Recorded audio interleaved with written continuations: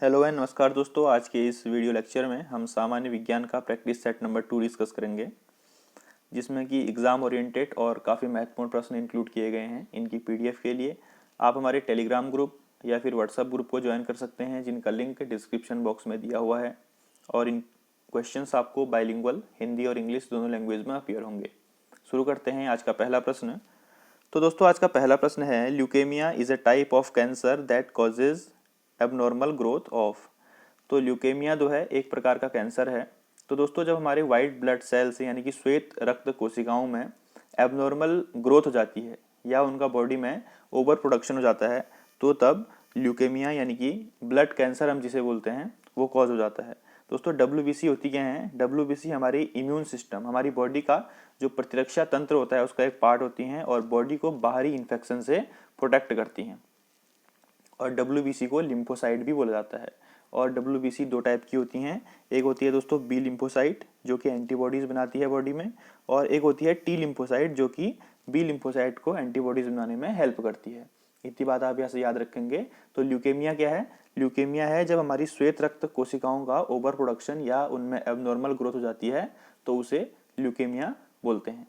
ठीक है, बढ़ते हैं अगले प्रश्न की ओर। अगला प्रश्न है दोस्तों, किस शैवाल से आयोडीन प्राप्त होती है?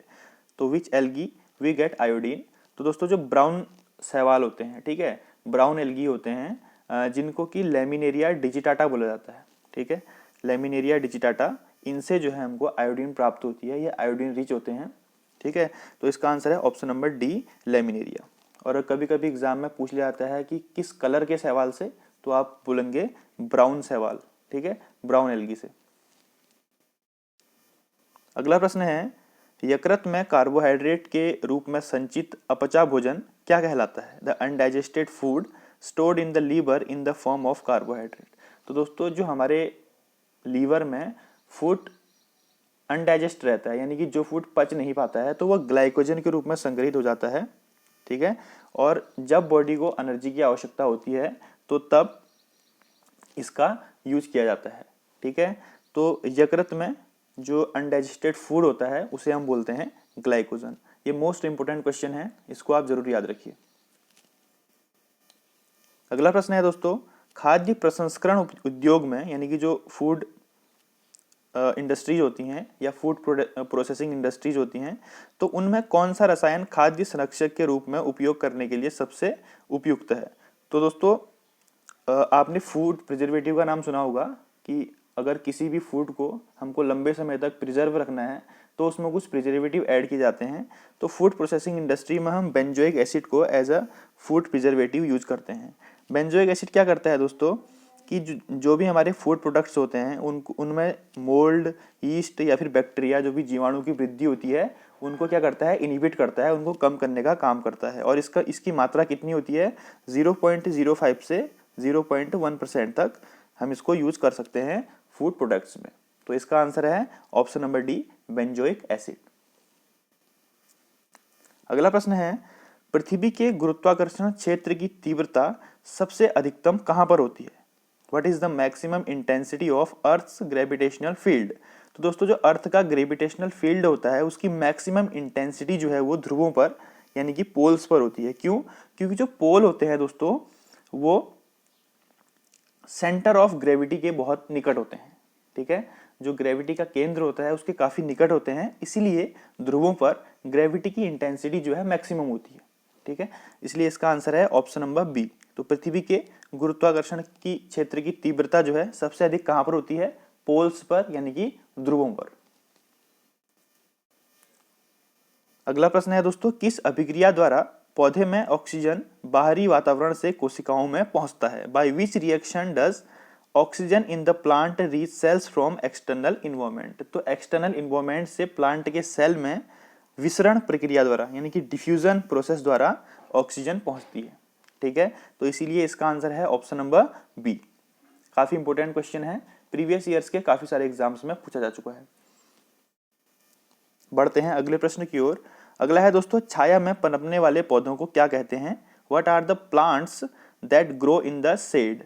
तो दोस्तों ऐसे प्लांट जिनको कि ग्रो होने के लिए शेड यानी कि छांव की आवश्यकता होती है उन्हें सियोकाइट्स प्लांट बोला जाता है।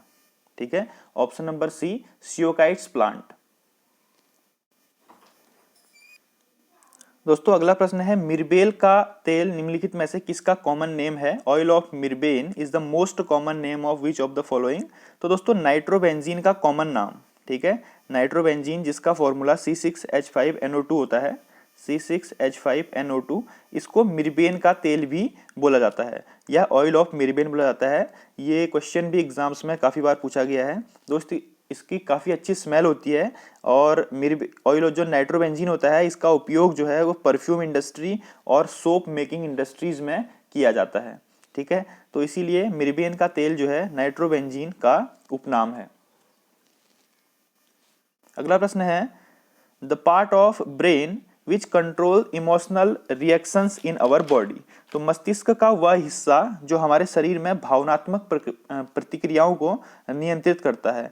तो दोस्तों इसका आंसर है ऑप्शन नंबर ए, ठीक है, हाइपोथैलेमस जो है वो हमारी बॉडी में भावनात्मक प्रतिक्रियाओं को नियंत्रित करता है, साथ ही जैसे कि हमको रेगुलेटिंग हंगर, हमारे शरीर में जो भूख लगती है उसको रेगुलेट करता है, प्यास लगती है उसको रेगुलेट करता है, ठीक, रिस्पॉन्स ऑफ पेन यानी कि जब हमारे शरीर में दर्द होती है तो उसको भी रेगुलेट करता है हाइपोथैलेमस, और साथ साथ ही प्लेजर, सेक्सुअल सेटिस्फैक्शन, एंगर और एग्रेशन बिहेवियर को, जो भी हमारा एग्रेसिव बिहेवियर होता है, आक्रामक व्यवहार होता है, उसको भी हाइपोथैलेमस रेगुलेट करता है, ठीक है, तो इतनी बात आप आज याद रखेंगे। इसका आंसर है ऑप्शन नंबर ए हाइपोथैलेमस, जो कि हमारे शरीर के इमोशनल रिएक्शंस को कंट्रोल करता है। दोस्तों अगला प्रश्न है, which endocrine gland is found in chest cavity. तो कौन सी अंतःस्रावी ग्रंथि है जो कि हमारी चेस्ट कैविटी में पाई जाती है? तो दोस्तों थाइमस ग्लैंड, ठीक है, थाइमस ग्लैंड जो है वो हमारी चेस्ट कैविटी में पाई जाती है। थाइमस ग्लैंड से थाइमोसिन नामक हार्मोन निकलता है। कौन सा हार्मोन निकलता है दोस्तों?